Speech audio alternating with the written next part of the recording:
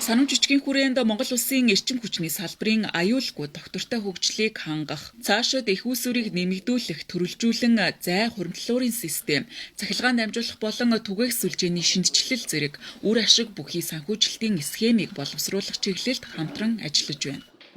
Том усан цахилгаан станц, дулааны цахилгаан станц, сэргийгт эрчим цахилгаан станц. За тухайлбал одоо яг шалралтанд явагдаж байгаа 5 аймагт зарласан байгаа нээлттэй сонгон шалралтын төслүүд.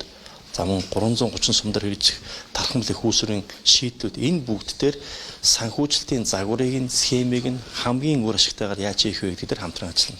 Хамгийн урт хугацаатай, хамгийн бага хүнтэй зээлийг, санхүүжилтийг өөрсдөө дотроо хамтраад болон олон улсын санхүүгийн байгууллага, банкудтай хамтраад хэрхэн хамгийн үр дүнтэй хүрэх вэ гэдгээр хамтран ажиллах юм байнамаа. Зайлшгүй эрчим хүчний салбарыг тэлэх бодит боломжийг нь тэлэх зайлшгүй шаардлагатай байна. Тэгэхээр энэ дээр хөгжлийн банк бас нэлээд идэвхтэй ажиллаж тодорхой төслүүд дээр хөрөнгө оруулалтыг шийдвэрлэх. За эсвэл гадны санхүүгийн байгууллагуудтай хамтарч хөрөнгө оруулалтыг илүү үр ашигтайгаар амьд өртөгтэйгээр шийдэх боломжийг гаргах энэ чиглэлээр нэлээд идэвхтэй ажиллана гэж бас төлөвлөж байна. Ер нь бол Монголын банкны холбоо бол ганцхан одоо эрчим хүчний салбар гэхгүйгээр ер нь бол бусад одоо салбарууд ялангуяа бодит сектор гэж ярьдаг эдийн засгийн бодит сектор энэтэй бол одоо яаж хамтарч ажиллах вэ, яаж хүчээ нэгтгэх вэ гэдэг юм дээр бол биднээс бол энэ байнга одоо зорж энэ зорилго тавьж ажиллаж байгаа.